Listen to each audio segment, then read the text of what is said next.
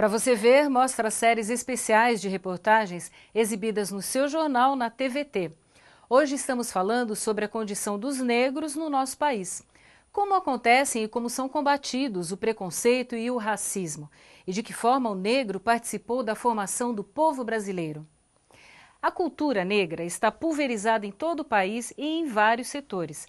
Se misturou, se incorporou, se miscigenou e acabou se fundindo com a cultura brasileira. Na capoeira, na culinária, nas danças, nas religiões, nos ritmos e nas festas. Benedito, ele é o nosso padroeiro. Da congada, ele é o padroeiro. A congada, por exemplo, mistura a coroação dos reis do Congo, a vida de São Benedito e de Nossa Senhora do Rosário e a luta do imperador romano Carlos Magno contra os mouros. Criada há 2 séculos por escravos, continua presente em todo o país e também em São Bernardo do Campo, graças à família do seu Ditinho. A congada está na minha família há mais de 100 anos, né? Porque a congada é um bailado mais antigo, a manifestação cultural mais antiga do Brasil. Ele começou a dançar congada, tinha 2 anos de idade. Eu estou com 60. Até eu costumo dizer que a pior, a mais cruel violência é tirar a cultura de uma pessoa, né? Então, quando você tira a cultura de uma pessoa, não permite que ele mantenha a sua história. O que é a cultura? Minha autoestima, né? Do amor próprio. O negro não é só dança. O negro não é só da cintura para baixo. O negro tem que ser da cintura para cima também. Ele é capaz de pensar, né? Então você começa, né? Que nem hoje, por exemplo. Hoje nós somos uma congada em movimento. Eu consigo ouvir um violino sem mexer o corpo. Mas ninguém consegue ouvir uma percussão sem não mexer o corpo. E quando se fala em percussão, não tem como não pensar na África. É lá que estão as raízes do trabalho do Bira Azevedo, do Grupo Experimental de Música de Santo André. A nossa cultura toda, a cultura brasileira, para mim ela está galgada na existência da cultura africana. Da cor, do cheiro, do swing.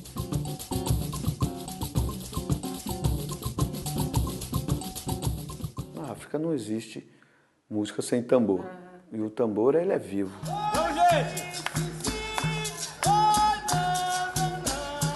Aqui tocando essa coisa experimental, a base é africana. Mesmo que a gente desconstrua, desmanche, faça qualquer coisa, mas tem um teor de estar voltando, puxa mesmo. Hoje é difícil de entender, mas houve um tempo em que coisas de negro, como samba e capoeira, eram caso de polícia.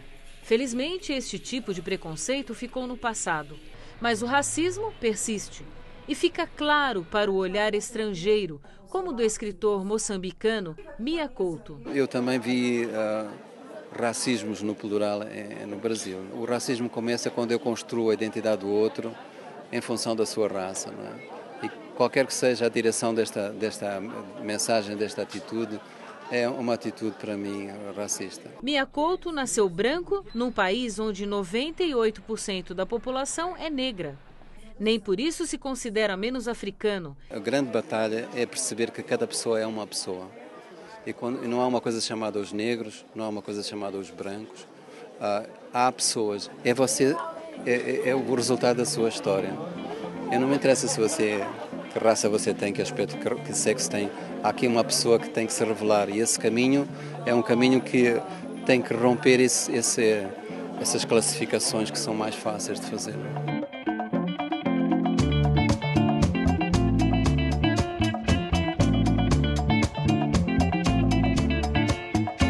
Classificar as pessoas pela cor da pele é o fim, né? E dá para entender que até algumas décadas atrás, os sambistas não eram bem vistos pela sociedade e a capoeira era caso de polícia. Para você ver. Felizmente, houve avanços, mas ainda é longo o caminho para a gente acabar com a discriminação aqui no Brasil. No mercado de trabalho, por exemplo, mesmo com a CLT, a Consolidação das Leis do Trabalho, completando 70 anos, a população negra ainda sofre com a desigualdade.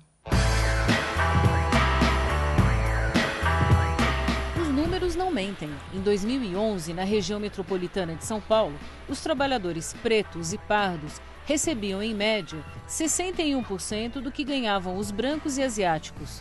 A taxa de desemprego entre os negros era de 12,2%, entre os não negros, 9,6%. E é justamente nos setores menos valorizados socialmente, com menor remuneração e relações precárias de trabalho, como construção civil e serviços domésticos, em que a proporção de negros supera a de não negros. Esta pesquisadora da Fundação Getúlio Vargas lembra que a desigualdade racial vigora no Brasil desde que os primeiros negros foram trazidos como escravos. Nunca houve por parte do Estado uma política para a inclusão de fato dessa população na sociedade brasileira.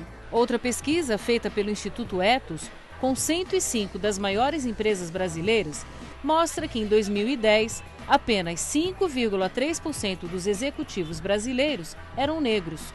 Um avanço em relação a 2007, quando eram apenas 3,5%. Jefferson trabalha num projeto que busca inserir negros no mercado de trabalho.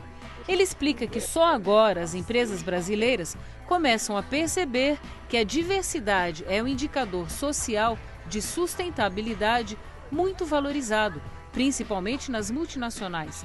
E por isso é um bom negócio. O convívio com os diferentes é que faz com que o seu produto seja muito mais valorizado, que ele seja muito mais completo. A diversidade na formação permitirá que as decisões sejam decisões cada vez mais enriquecidas. Para este pesquisador, o mesmo processo que exclui os negros dos meios de comunicação faz com que toda a sociedade encare com naturalidade a ausência desta população em certos ambientes de trabalho, como, por exemplo, os bancos privados. Não obstante, essas pessoas terem, ao longo das suas vidas, terem o mesmo tipo de escolaridade, a mesma formação e a mesma condição técnica que poderia habilitá-los a exercer essas atividades. Já no serviço público, onde as contratações são feitas através de concurso, a situação é um pouco diferente.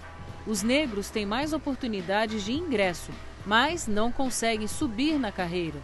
Com 28 anos de funcionalismo, esta assessora da Coordenação de Políticas para a População Negra de São Paulo sentiu a dificuldade na pele. É incrível que mesmo quando você é aprovado num cargo, as pessoas têm aquela expectativa de que você vá desenvolver algumas atividades menores. Então isso me causou um pouco de desgaste, embora eu tenha sempre denunciado, eu tenha reclamado. Um obstáculo sério rumo à igualdade racial no mercado de trabalho é a dificuldade do país em admitir o racismo.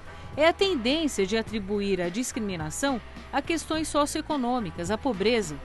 Um mito desmentido por Eliane, única negra no centro de pesquisa da GV em São Paulo. A gente cresce desde pequenininho, olhando na televisão quem são as pessoas importantes no Brasil, quem são as pessoas inteligentes. São geralmente brancas, estão lá na televisão, nos cargos políticos, nas empresas, nas organizações. Eu ia aos médicos, eu via que eram todos brancos. Então, inteligentes são os brancos, bonitos são os brancos. Você vê nas revistas, das bancas de jornais, quem são as mulheres bonitas? São as mulheres brancas. Então, é natural que negros cresçam com certo medo de será que eu sou de fato uma pessoa inteligente? Será que eu sou de fato uma pessoa bem aceita nessa sociedade? Não é um processo consciente, mas é um processo real.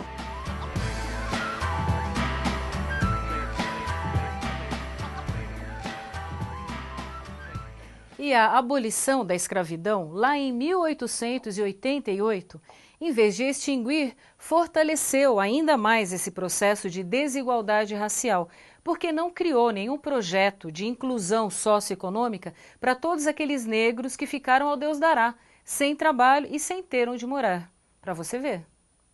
Será que na área da saúde também existe discriminação? E nas escolas? Como a história e a cultura africanas são contadas? É o que você vai ver depois do intervalo. Até já!